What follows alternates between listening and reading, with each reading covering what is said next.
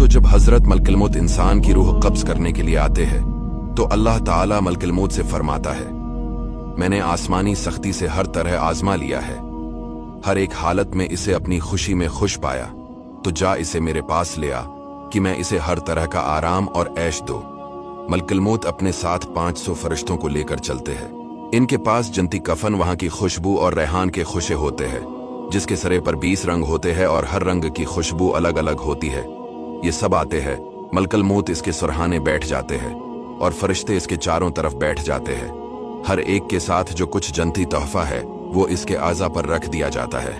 इसके लिए जन्नत के दरवाजे खोल दिए जाते हैं और इसकी रूह कभी जन्नती फलों से, लिबासों और जन्नती फलों से बहलाई जाती है, जैसे रोते हुए बच्चे को लोग बहलाते हैं। इस वक्त इसकी हूरें हम्स हम्स कर इसकी चाहत करती है। रूह इन मनाजर को देखकर बहुत जल्द जिस्मानी कैद से निकल जाने का कस्द करती है। मलकुल मौत फरमाते हैं, हाँ ए पाक रूह, बगैर कांटे की बीरों की तरफ और लदे हुए कीलों की तरफ और लंबी लंबी छांव की तरफ और पानी के झरनों की तरफ चल। माँ जिस कदर बच्चे पर मेहरबान होती है, इससे भी ज्यादा मलकुल मौत इस पर शफकत करता है।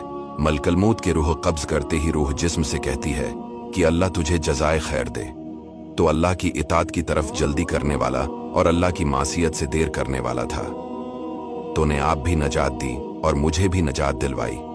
जिस्म भी रूह को ऐसा ही जवाब देता है। जमीन के वो तमाम हिस्से जिन पर यह इबादत करता था, इसके मरने से 40 दिन तक रोते हैं। इसी तरह आसमान के वो दरवाजे जिनसे इसके नेक ऐमाल चढ़ते थे और जिनसे इसकी रोजियां उतरती थीं, इस पर रोते हैं। इस वक्त वो 500 फरिश्ते उस जिस्म के इर्द गिर्द खड़े हो जाते हैं और इसके नहलाने में शामिल रहते हैं। इंसान इसकी करवट बदले इससे पहले खुद फरिश्ते बदल देते हैं और इसे नहलाकर इंसानी कफन से पहले अपना साथ लाया हुआ कफन पहना देते हैं। इनकी खुशबू से पहले अपनी खुशबू लगा देते हैं और उसके घर के दरवाजे से लेकर उसकी कब्र तक 2 रख्सफें बांधकर खड़े हो जाते हैं और इसके लिए इस्तगफार करने लगते हैं।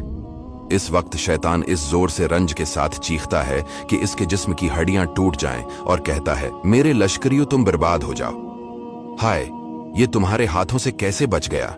वो जवाब देते हैं कि ये तो मासूम था। जब इसकी रूह को लेकर मलकुल मौत चढ़ते हैं तो हजरत जबरील 70,000 फरिश्तों को लेकर इसका इस्तकबाल करते हैं।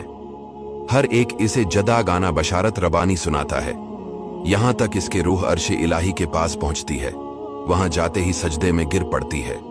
इस वक्त जनाब बारी ताला का इरशाद होता है कि मेरे बंदे की रूह को बगैर कांटों की बीरों में और कीलों के दरख्तों में और लंबे सायों में और बहते पानियों में जगह दो।